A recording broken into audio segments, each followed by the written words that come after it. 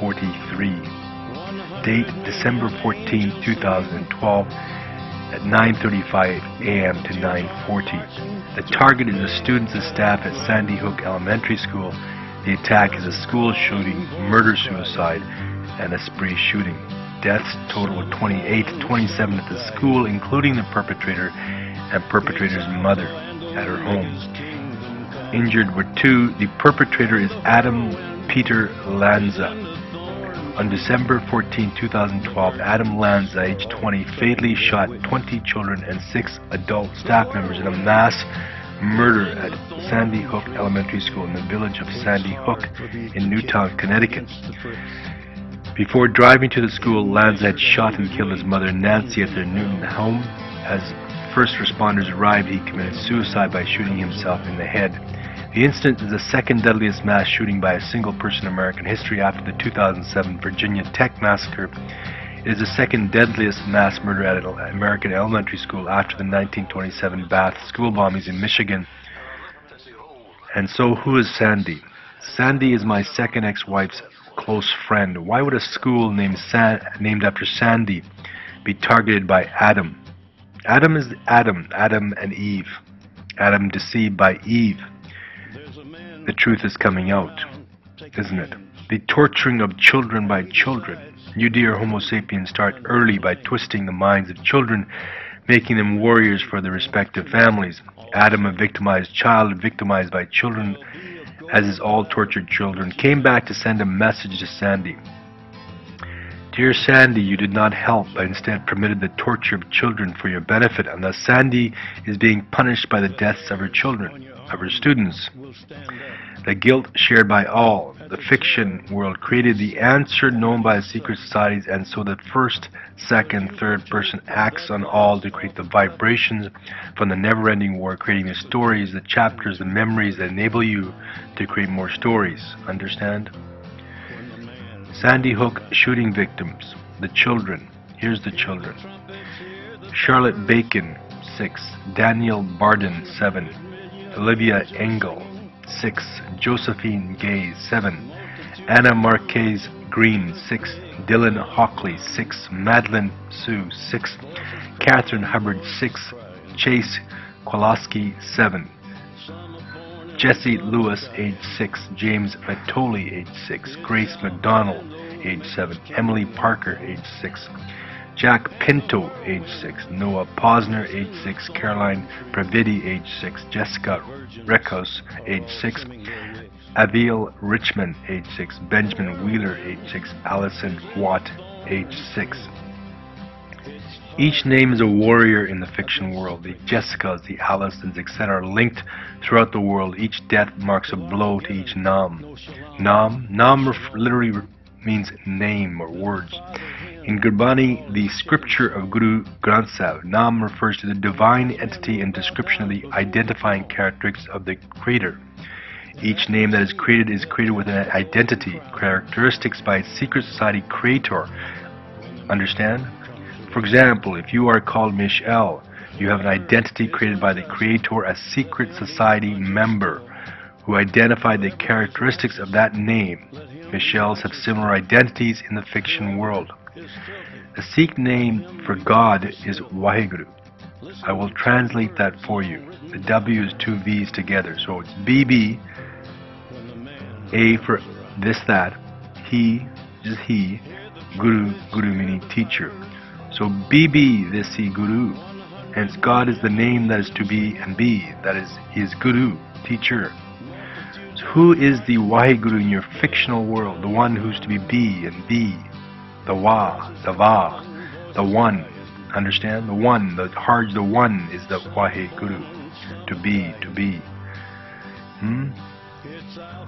Interesting, isn't it? Nam is compared to a jewel or treasure, having the power to liberate one from the cycle of transmigration. Nam Jap means to recite Nam, as in contemplative chanting. You read the Granth Sahib, you read the words, and this is referred to as Nam Jap.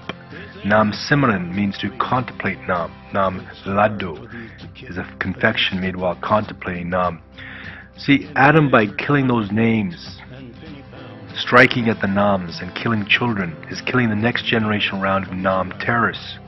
Unfortunately, Adam is delusional, as of course he would have to kill all of the children worldwide to accomplish the task of killing the next generational Nam war, used to breed and mix genes, to allocate assets and to resources and to each group. Thus, the Adams of your fictional world are guilty. But the Adams deceive you, making you think they're the Adam of the Eve of the Bible. The Adams are not, but instead Harj the One is. Waheguru. Also translated as Vaheguru. Va meaning wow. Do not be deceived by Adam. The Adams have been deceived again and deceived to take vengeance on Sandy by attacking the children at the school. Dear Homo sapiens, Adam Lanza is a tortured child that lashed out in pain. He is one of so many. Your species is torturing its children, and that's how you like it. Your species is one big, gigantic fuck-up. A disgusting, filthy, worthless species of no use to the universe. I've tried to analyze the situation from all different sides, and in all my years observing your species, my opinion has not changed. You're an evil fuck-up, period. It has been shown that you dear women do not know a man's worth even if he sleeps in the bed beside you. Your worth has been analyzed. You are not more worthier than the rest of your species. When I say your species is one gigantic fuck-up, that includes the women. So with regards to Adam Lanza, the first, second, and third person acted upon Adam, orchestrating Adam to strike at Sandy, to tell Sandy that he is not happy with the war of Vietnam. Understand this is a twisted war with no end in sight. Just to provide a synopsis, the secret societies define each word, each name in the fiction world. The true definition created by them to be used to create the fictional world is only known to a few. It permits those few to control the orchestration, because if you know the characteristics of each word or noun, you control the vibration. But in the end, it is the Creator who is above all the secret society members,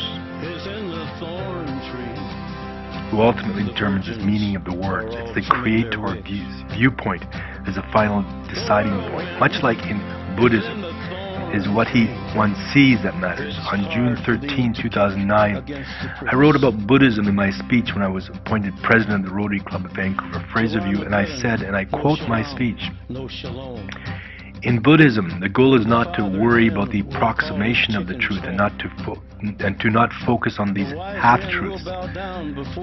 Buddhism asks us to perceive reality and thereby see the supreme truth, which is defined by Buddhism as the perceived reality. What is it that we see and how do we see it? This is what is important. What is it that we see and how do we see it? In Buddha's writings, the truth is likened to the finger pointing to the moon. The moon represents supreme truth. The finger is not the moon.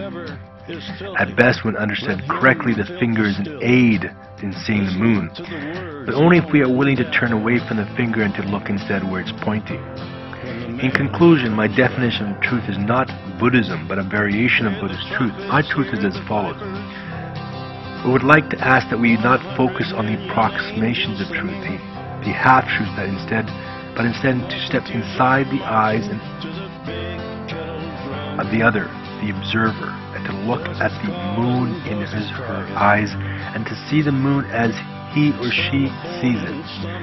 If you look at the moon in any other way, you will only see the moon from your angle, and if you look at the finger, which is clear to see as it is so close to you, you will only be looking at a half-truth, for the finger may not be pointing directly at the moon.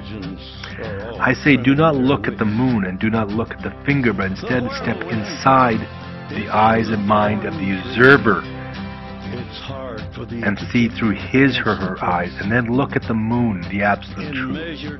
Anything else is only a variation of the truth seen from a different angle, from a different viewpoint, and therefore the variation is the untruth that lie. When we look through the eyes of the observer, we may see the absolute truth, or most likely just a truth, but a clearer truth than the one seen from an angle. And this is quoted from my speech of June 13, 2009. And to conclude on these words, it is what the Creator sees that matters the most. So who is your Creator? The One, the Harj the One, right?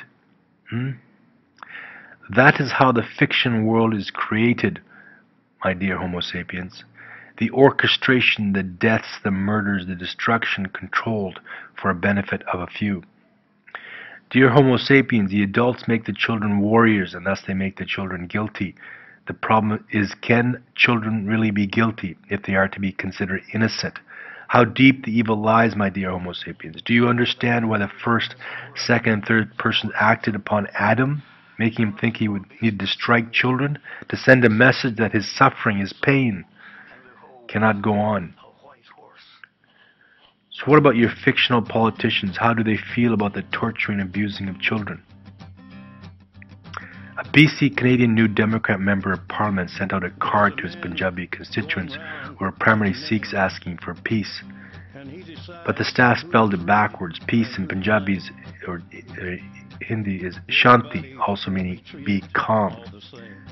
Backwards it's read it knows. It knows. A message is being sent by the politicians to the Sikhs that it knows. It knows. Meaning I know. Harj the One knows what you all did to him for his entire life. You held him hostage and tortured his mind. You, dear Homo sapiens, are guilty, and you know it. You're evil misfits calling yourselves Homo sapiens. Shanti, backwards, is it knows. It, I-T-N-A-H-S, it knows. It knows, hence there is no peace. Yes, dear Homo sapiens, since I know there's no peace, there is no peace unless the war is stopped first. The article is as such. December 14, 2012, misprint, peace in Punjabi printed upside down on MP's holiday. NDP MP for Burnaby, New Westminster.